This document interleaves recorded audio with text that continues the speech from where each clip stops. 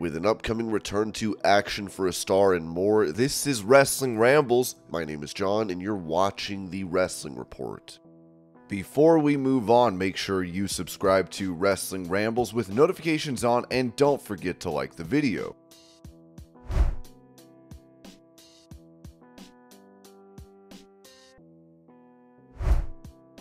Opening up on his future with AEW, commentator for the company, Tony Schiavone, said on his What Happened When podcast, I would say, hi everybody, welcome to another episode of, yeah, that doesn't mean I'm going to be 80 when I do it. I don't think I'm slowing down. I just don't think I'm slowing down. I'm really honored that Tony Khan would allow me to do play-by-play again at this stage of my life. Right now, I'm 66. I turned 66 on November 7th. I still got, realistically, I think I've got one more contract in me if Tony will go with that, and then we'll see what happens. I just don't envision myself retiring. That's why. When we started doing AEW Collision, and this is before Tony put me on the broadcast team, Tony told me, he said, we're going to start doing a Saturday show. He said, you don't have to come. He said, we can have two different crews. I'm the only one who's got to come. I said, Tony, I'm going to be here every day for you. I'll be here on Wednesdays and I'll be here on Saturdays. It's a case of just being away 2 nights out of the week. He said, okay. But then I got to thinking, it's like, if I'm not doing it, what am I going to do? Just sit at home and do nothing? That's not me at all.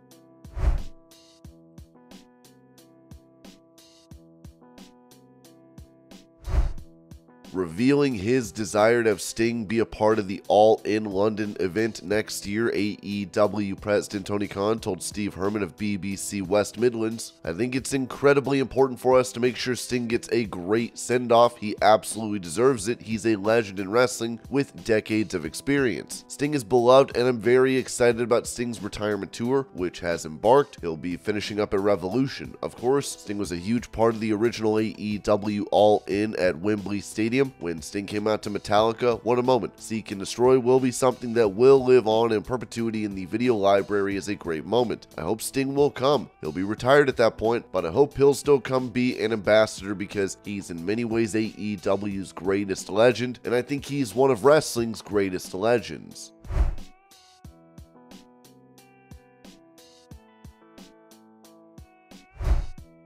Giving details on the viewership of Smackdown on FS1 last week and AEW Dynamite on TBS, Drainmaker wrote, Dynamite actually beat Smackdown both in viewership and ratings last week. Dynamite 845,000 viewers and a .26 rating in the 18 to 49 demographic. Smackdown 789,000 viewers and a .24 demo rating. TBS and FS1 are in roughly the same number of homes. Chris Jericho responded, writing, but I thought the sky was falling.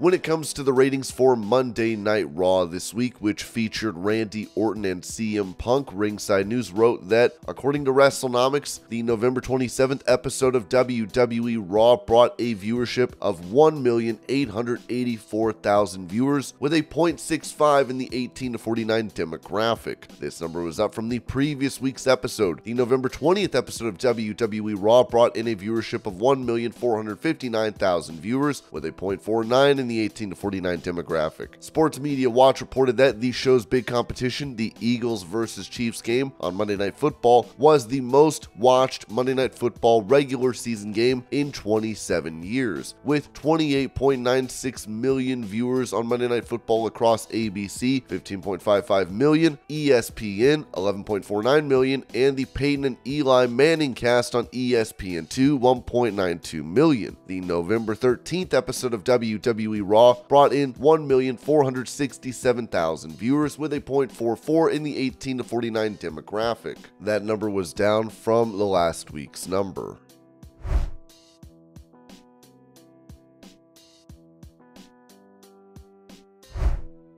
Discussing his recent signing with AEW, Will Ospreay said this to Sports Illustrated. At the time, Tony Khan asked what I was interested in doing next in my career. I said my focus was on Japan, and he respected that. I'll always remember how he respected how I felt. I also need to mention that night was the only singles match I've ever wrestled against Pac. That's something I want to throw out there so we can run it back and put it to rest between us. People need to remember this. Since then, I've built a trust and respect with Tony. That's very important to me. When Tony had me work matches for AEW like I did this summer at All In at Wembley Stadium, he didn't have to do that. He trusted me. That meant the world to me. Now that I'm coming to AEW, I trust him with the aura of Will Ospreay and the character of Will Ospreay. Tony Khan has genuinely changed my life. In return, I'm going to deliver the best matches I can deliver.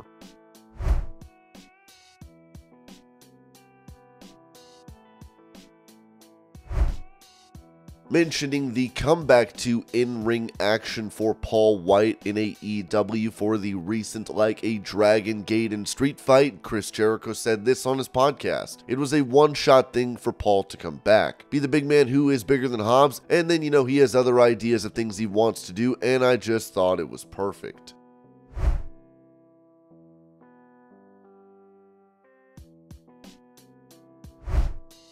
For a health update on Paul Wight following the previously mentioned match, Chris Jericho said on that same podcast, "We wanted to focus on Show's positive, I call him Show, you know what I mean, Paul Wight. Paul had hurt his knee and he has some issues where I think he has to get some of that cleaned out right now. The idea was to involve him showing some of his strengths. Originally, he just wanted to be in the back, but I said the people in the arena are going to want to see you. He came out, beat some guys up, did some Paul Wight big chops, and chokeslammed Fletcher through a table on the floor, which is huge. Him and Hobbs fight to the back, and Hobbs ends up slamming him onto the roof of a car, which is insane, the bump that he took. It also continues to build Hobbs as a giant killer. That worked great. I think we did a great job with Show's presentation there."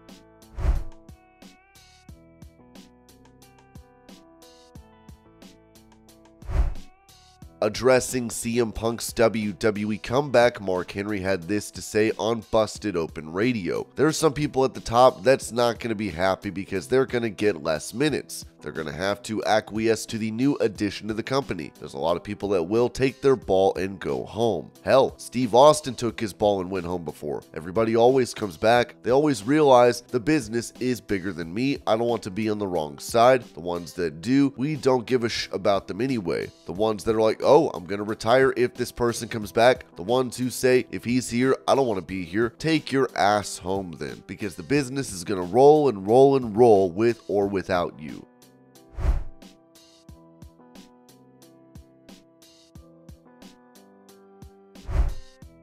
Also on Busted Open Radio, Mark Henry said this regarding CM Punk's promo on Raw this week. "I enjoyed the promo. I thought it was very informative. I thought it was real, and there were people that didn't like the fact that he said home. Let me remind y'all, they always say home is where the heart is. So if his heart was there and his heart was broken, what do you do when your heart is broken? Scorched earth. You let the world know that your heart is hurt and you want everybody else to feel pain too. So it seemed like Punk spoke with a sound mind and a comfortable heart. Now you get a Punk that's not worried about sticking it to you, but you get a CM Punk that's like, I am who I am, and that's basically the promo that he cut. It was like Popeye on steroids. I feel like he's finally at a point to where he don't have to go scorched earth. We want CM Punk to be fully invested and ready to go for pro wrestling and not any of the other foolishness."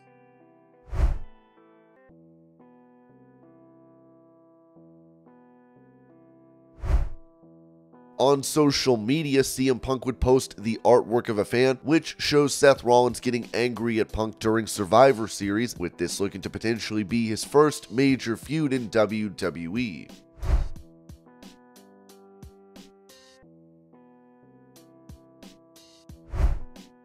Noting how AEW might have trouble with running shows in Chicago following CM Punk's WWE return, Booker T said on his Hall of Fame podcast, "I tell you, this is a huge blow. That Chicago market, of course, has been huge for AEW. Bringing CM Punk in was a plan to really boost things to the next level. Bottom fell out, still tried to run Chicago. Now, it's going to be so hard for that company to step back into Chicago without someone like CM Punk." Ringside News added, Booker T then remarked that this goes back to his old mantra to keep your damn mouth shut and take care of your business, and then you may not fall into potholes like this one right here. It was also noted that this is just one pothole, and those are just going to keep getting bigger and bigger and bigger.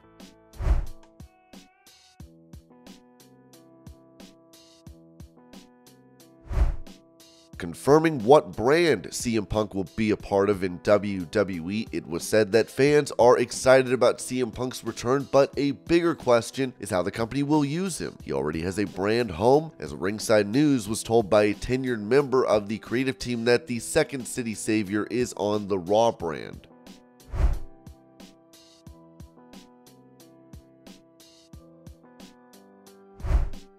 Going over the possibility of Mercedes Moné making a WWE return, Ringside News wrote, a new report came out this week saying that WWE is interested in bringing Mercedes Moné back. This popped up after Bayley dropped a throwback photo of Moné with other Damage Control members. Ringside News reached out to inquire about WWE bringing Sasha Banks back to the company. A tenured member of the creative team confirmed to us that there are no creative plans to bring her back at this time. Today, Mercedes posted a video of her training for an in-ring return, as it remains to be seen what is next for her.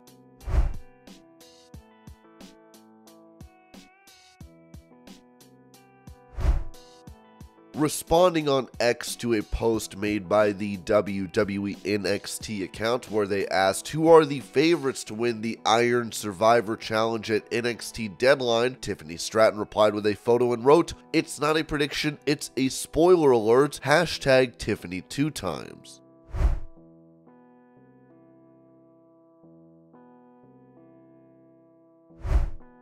Showing off his newly born that he had with Time Mello, Sammy Guevara posted this photo and wrote, Luna Mello Guevara, November 28th, 2023, 8.4 pounds and 24 plus hours of labor. Our life is complete.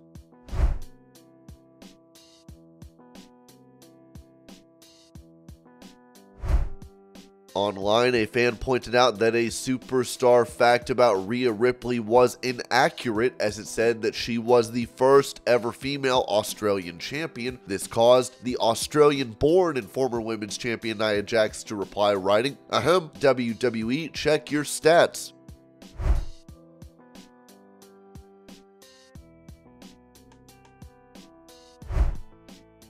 Going over the legal issues that are facing former NXT and Impact Wrestling star Kimber Lee, Ringside News wrote that Kimber Lee, aka Kimberly Frankel, faced the judge today, and here's the scoop. She decided to skip the courtroom drama and let her attorney do the talking. Yep, she waived her right to appear in person. But don't fret, folks, because the legal circus is far from over. They've penciled in another hearing for Tuesday, January 2nd, 2024 at 8:30 a.m. Mark your calendars, cause it's gonna be lit. Now let's rewind to the chaotic incident that got Kimber Lee into this mess. Back on May 11th in the sunny town of Sebring, Florida, she found herself in a pickle. The charges: DUI, resisting an officer with violence, and battery on a law enforcement officer. Ouch. Fast forward to July 7th and Kimber Lee officially pleaded not guilty to all the charges. She also pumped the brakes on the speedy trial option and threw in a request for a public defender. Turns out she wasn't rolling in the dough to hire a hotshot attorney. The request got the green light and she got herself some legal backup. So what went down that fateful day in May? According to Officer PJ Roberts' police report, it all started when he spotted a gray Kia Soul facing the wrong way in the middle of the road on US 27. Traffic was stopped, but the light was green. Weird, right? Officer Roberts hit the sirens and made a U-turn to pull the car over, but wait, there's more. The Kia swerved onto the shoulder, almost smooching the guardrail, and then took a wild left into a shopping center parking lot, stopping only when it felt like it. Officer Roberts, now in detective mode, approached Kimber Lee, who was later identified by her Florida driver's license. He described her as having bloodshot, watery eyes and a mouthful of slurred words. Things got even weirder when she couldn't quite grasp why she was being pulled over, repeatedly asking, "Why are you messing with me?" Officer Roberts tried to snag her driver's license, but she played hard to get. Kimber Lee attempted to bolt from the scene several times, claiming she had to grab her laundry from a nearby laundromat. Officer Roberts was having none of it, reminding her she was suspected of being under the influence and needed to stay put. At 5:02 p.m., Officer Roberts decided it was time to slap on the cuffs. That's when things took a violent turn. Kimber Lee ain't going down without a fight. She allegedly struck Officer Roberts in the chest to avoid getting cuffed and even gave him a few kicks to the chest and face. Ouch, that must have stung. But don't worry, backup arrived. A Highlands County deputy swung by and opened the passenger door of Kimber Lee's car, momentarily distracting Officer Roberts. That's when he finally managed to slap those cuffs on her. It wasn't until 5:14 p.m. that Kimberly was taken into custody by the Spring Florida Police Department, headed straight to the Highlands County Jail. After recovering from his injuries at the hospital, Officer Roberts hit Kimberly with an implied consent and requested a breath test for her alcohol content. She blew a .14 at 10:22 p.m., 5 hours after the traffic stop. Just to give you a little perspective, the legal limit in Florida is .08. Kimberly was asked for a second sample, but she reportedly decided to play hard to get and didn't comply with the directions. Oh boy, that won't look good in court. Now, let's talk consequences. A first-time DUI conviction in Florida could land Kimberly up to 6 months behind bars, a revoked driver's license, 50 hours of community service, and fines of up to $1,000. But wait, there's more trouble brewing. The charge of resisting an officer with violence is a third-degree felony in the Sunshine State, carrying a potential sentence of up to 5 years in prison or probation, plus a hefty $5,000 fine. In that battery on a law enforcement officer charge, it's in the same boat with the same max penalties. In the wrestling world, Kimberly had her moments. She even announced her retirement just 3 days before this legal roller coaster began. She'd been in the WWE, NXT, and Impact Wrestling scenes, but hadn't wrestled much since Impact stopped using her in January 2022. Despite denying her departure at the time, she never made a comeback, wrestling only 4 times since then, with her last performance in October 2022. Since the arrest, Kimberly has kept busy on social media, although she's remained mum about her legal woes. She did, however, delete her Twitter account once the news broke, but still keeps her Instagram active, where she offers tarot card readings for a price.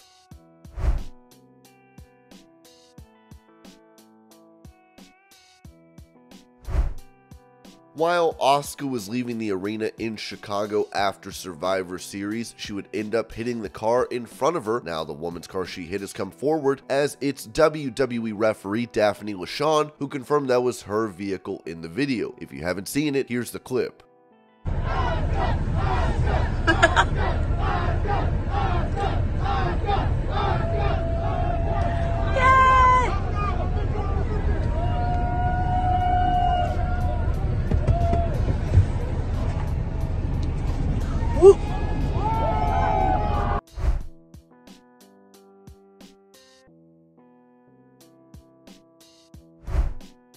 Explaining the absence of Triple H from Monday Night Raw, it was said that PWInsider.com has learned from several sources in the entertainment and broadcast realms that WWE's Nick Khan and Levesque have been in Los Angeles over the last several days, working on securing the media rights deal for Monday Night Raw going forward. We are told there are several suitors at this juncture.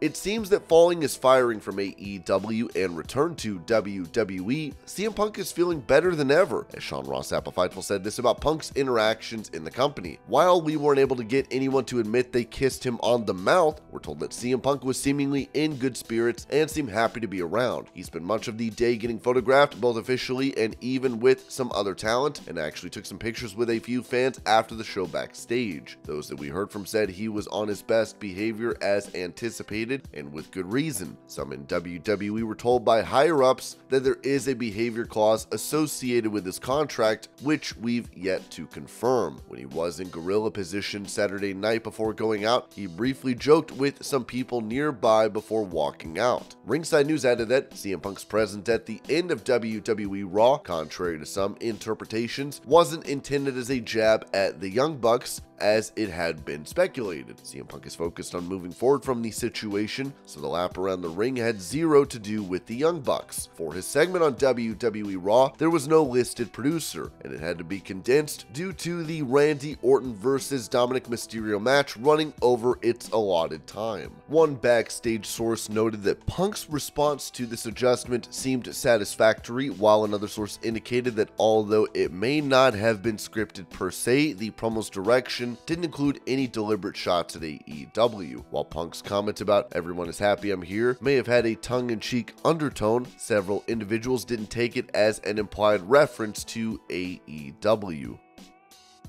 And this was your pro wrestling news update. I hope you're all having a great day. Thank you so much for watching, and I will see y'all later.